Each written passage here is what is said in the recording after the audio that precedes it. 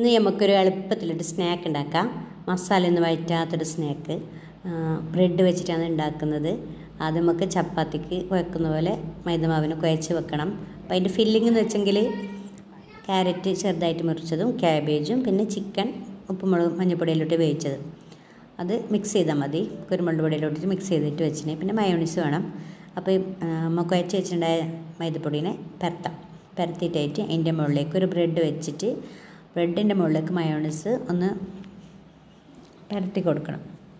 അതിന് ശേഷം അതിൻ്റെ മുകളിലേക്ക് നമ്മൾ റെഡിയാക്കി വെച്ചിട്ട് ഫില്ലിങ് വെച്ചിട്ട് ബ്രെഡോട് കവർ ചെയ്യുക.